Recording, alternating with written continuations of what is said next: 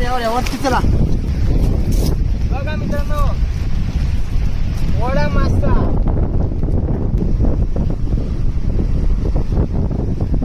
जबरदस्त ना.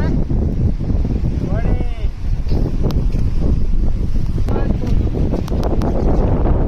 पाण्यामध्ये सोडलं तर बघा कसा पटकन पळून जातो.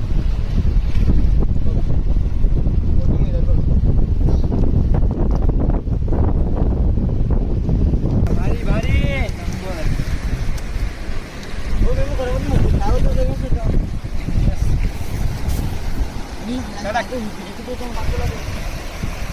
बागाशी पळत होता, त्याला चापून पकडला.